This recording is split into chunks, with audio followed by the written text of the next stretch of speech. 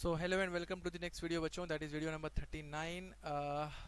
आज अपन आगे की बात करेंगे। हमारा इंट्रोडक्शन हुआ था और ये बातें हम लोगों ने पिछले वीडियो के अंदर सीखी हैं। वैसे तो मोड्स ऑफ वाइंडिंग अप मैंने आपको बताया दो रहते, एक कंपलसरी वाइंडिंग अप, एक वॉलंटरी वाइंडिंग अप। और कंपलसरी वाइंडिंग अप आप अपनी मर्जी से नहीं करते, आपने कुछ ऐसी हरकत कर दी है जिसकी वजह से आपको कंपनी को बंद करना पड़ रहा है। ओके।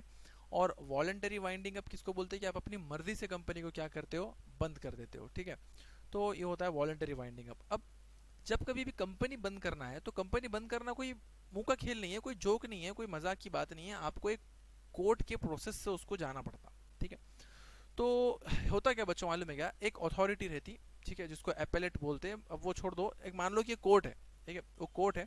वो कोर्ट की रिस्पॉन्सिबिलिटी है कि कंपनीज को लिक्विडेट करना, कंपनीज को इन जो सेटलमेंट्स होते, कुछ लफड़ा किया कंपनी ने, उसका सेटलमेंट करने का, ये सारे मसले मसाइल जो भी झगड़ा है, डिस्प्यूट्स जो भी होते हैं कंपनी से रिलेटेड, वो सारे झगड़े उन्होंने सॉल्व करते हैं। तो ये भी आखिरी डिस्प्यूट है अपनी जिंदगी का, कंपनी की जिंदगी का ये लास्ट डिस्प्यूट है, आखिरी झगड़ा है उनकी लाइफ का।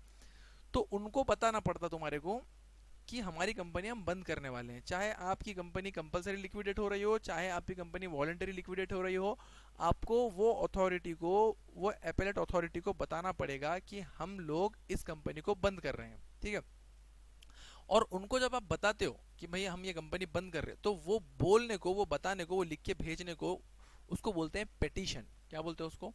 पेटिशन।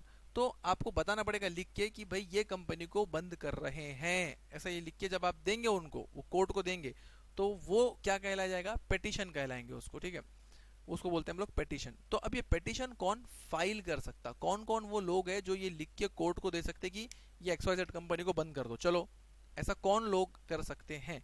तो सबसे पहले तो कंपनी खुद कर सकती है। कंपनी खुद पेटिशन लिख सकती है कि भाई हमको बंद कर दो। इसको हम लोग क्या बोलेंगे? वॉलंटरी लिक्विडेशन, है ना। कंपनी खुद लिख के दे रही है, बंद कर दो भाई हमारी कंपनी, हमारा ऑब्जेक्टिव पूरा हो गया, या फिर हमको बहुत लॉसेस हो रहे हैं, हमको क्या कर दो, बंद कर दो। पेटिशन फाइल किया, पेटिशन लिख के कोर्ट को दिया, बंद कर दो हमको। ओके, तो कंपनी खुद बोल सकती है कि भाई हमको बंद कर दो, कंपनी खुद पेटिशन फाइल कर सकती है। दूसरा, एनी कॉन्ट्रीब्यूटरी और कॉन्ट्रीब्यूटर्स। कॉन्ट्रीब्यूटरी और कॉन्ट्रीब्यूटर्स का मतलब मोटी भाषा में अपन यहाँ समझ के लेंगे, इसका मतलब है यहाँ पर इक्विटी शेयर होल्डर्स। ओके, तो कोई भी इक्विटी शेयर होल्डर्स जिन्होंने पिछले 6 महीने से कंटिन्यू अपने पास शेयर होल्ड करके रखा है। कितने महीने से? 6 महीने से। तो उसके कुछ कंडीशन है, एक दो, उस डिटेल में नहीं जाएंगे अपन, इक्विटी शेयर होल्डर्स समझ के चलो आप थोड़ा। तो इक्विटी शेयर होल्डर्स भी पिटीशन फाइल कर सकते हैं कि भाई आप ये कंपनी को बंद कर दो। ओके, उनके पास भी राइट है कि वो भी पिटीशन फाइल कर सकते हैं कि हम जिस कंपनी के इक्विटी शेयर होल्डर्स है उस कंपनी को क्या कर दो, बंद कर डालो।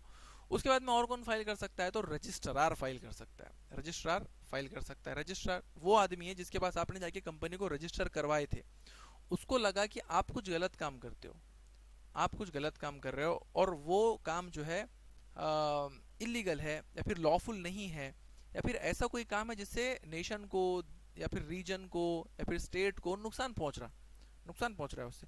तो रजिस्ट्रार इस बात को ध्यान में रखते हुए पिटीशन फाइल कर सकता है कि भाई इस कंपनी जो मेरे अंदर में आती है, आप उसके अंडर में आ रहे हो क्योंकि वो रजिस्ट्रार के पास आपने रजिस्ट्रेशन किया है, कि इस कंपनी को बंद कर दो जो मेरे अंडर में आती है। उसके अंडर में उसका जुरिस्डिक्शन जितना भी रहेगा, उसका जुरिस्डिक्शन मतलब एरिया ऑफ कंट्रोल, उसका जितना भी रहेगा रजिस्ट्रार का, वो अपने एरिया के अंदर कोई भी कंपनी को बंद करवा सकता है if he finds that company guilty.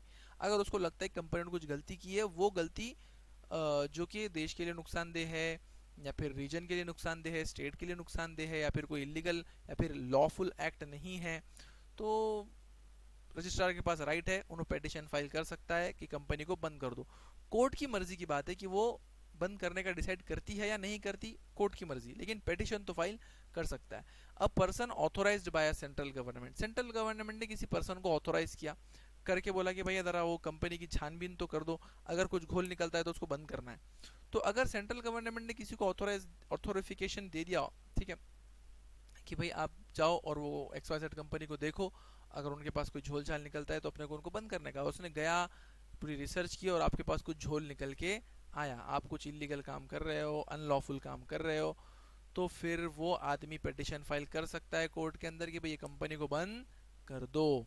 बंद करना है या नहीं करना कोर्ट में डिसाइड होगा, लेकिन बंद करने की पिटीशन इतने सारे लोग फाइल कर सकते हैं। एक और आदमी है, उसका नाम है सेंट्रल एंड स्टेट गवर्नमेंट। कोई भी स्टेट गवर्नमेंट जब चाहे अपने स्टेट में की कोई भी कंपनी को लिक्विडेट करने के लिए पिटीशन फाइल कर सकती है कोर्ट में। कोई भी क्या, सेंट्रल गवर्नमेंट एक ही होती है। सेंट्रल गवर्नमेंट कोई भी कंपनी को लिक्विडेट करने के लिए हिंदुस्तान में पिटीशन फाइल कर सकती है कोर्ट के अंदर। क्लियर है? तो ये 5 लोग हैं बच्चों जो पिटीशन फाइल कर सकते हैं कि भाई हमारी ये कंपनी को क्या कर दो, बंद कर दो। कौन कौन है उसके अंदर? एक कंपनी खुद पिटीशन फाइल कर सकती है मेरी कंपनी बंद कर दो। Share holders, equity share holders petition file कर सकते हैं कि मेरी कंपनी बंद कर दो। रजिस्ट्रार पिटीशन फाइल कर सकता है कि इस कंपनी को बंद कर दो। पर्सन जिसको सेंट्रल गवर्नमेंट ने ऑथोराइज किया वो पिटीशन फाइल कर सकता है कि इस कंपनी को बंद कर दो। और सेंट्रल गवर्नमेंट या स्टेट गवर्नमेंट पिटीशन फाइल कर सकती है कि इस कंपनी को बंद कर दो। इसमें क्लासिफाई करने अगर आप बैठेंगे तो वॉलंटरी और कंपलसरी आपको इजीली समझ में आ जाएगा। जब कंपनी खुद जहां पर बोल रही है मेरे को लिक्विडेट कर दो, दैट इज वॉलंटरी, है ना। रजिस्ट्रार बोल रहा कि भाई तुमको बंद होना पड़ेगा, मैं पिटीशन फाइल कर रहा हूँ, तो दिस इज कंपलसरी, क्योंकि कुछ तो गड़बड़ कर दिया आपने, है ना। सेंट्रल गवर्नमेंट, स्टेट गवर्नमेंट बोलती है तुमको लिक्विडेट कर रहे हैं हम, तो कंपलसरी लिक्विडेशन है ये। और जैसे ही बच्चों ये लोग पिटीशन फाइल कर देते हैं और ये पिटीशन अगर कोर्ट में एक्सेप्ट हो गई और कोर्ट को लग गया कि हाँ बाबा इनकी बात बराबर है, इस कंपनी को अब बंद होना चाहिए, बंद होना चाहिए, तो एक आदमी, बहुत इंपॉर्टेंट आदमी है ये, बहुत इंपॉर्टेंट, आपके अकाउंटिंग के काम के लिए बहुत इंपॉर्टेंट, एक आदमी, उसका नाम है, वो आदमी आता है एग्जिस्टेंस में जिसको अपॉइंट किया जाता है, उसको बोलते हैं इंसॉल्वेंसी प्रोफेशनल। वो कोई मामूली आदमी नहीं है। अगर आप यहाँ देखेंगे नीचे साइड में यहाँ पर, तो यहाँ लिखा हुआ है कि एक इंसॉल्वेंसी प्रोफेशनल जिसको बुलाया जाता है एक नाम से, और उसका नाम है लिक्विडेटर, उसको अपॉइंट कर देते, उसको अपॉइंट करते और बोलते कि भाई साहब आप जाइए और कंपनी को लिक्विडेट करिए।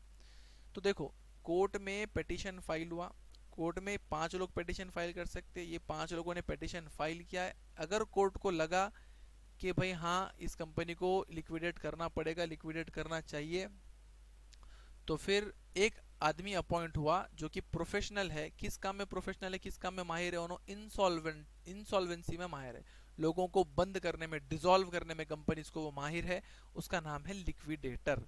और उसको अपॉइंट करते, फिर एक नई कहानी यहाँ से शुरू होती जिसके पास से आपको अकाउंटिंग का काम सीख के लेने का है।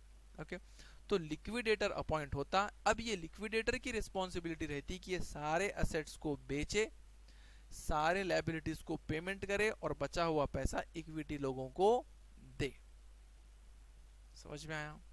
ये पूरा प्रोसेस जो जिसके हाथ से गुजरता ना लिक्विडेशन का, वो लिक्विडेशन का पूरा प्रोसेस जिसके हाथ से गुजरता, वो आदमी का नाम है लिक्विडेटर। और ये हमारे इस चैप्टर का सबसे इंपॉर्टेंट आदमी है, सबसे इंपॉर्टेंट आदमी है। ओके, तो लिक्विडेटर जो नाम का आदमी है, इसके बारे में अपन डिटेल और थोड़ी देखेंगे और इनका क्या काम है वो भी अपन देखेंगे, लेकिन नेक्स्ट लेक्चर में। Okay, so till then take care.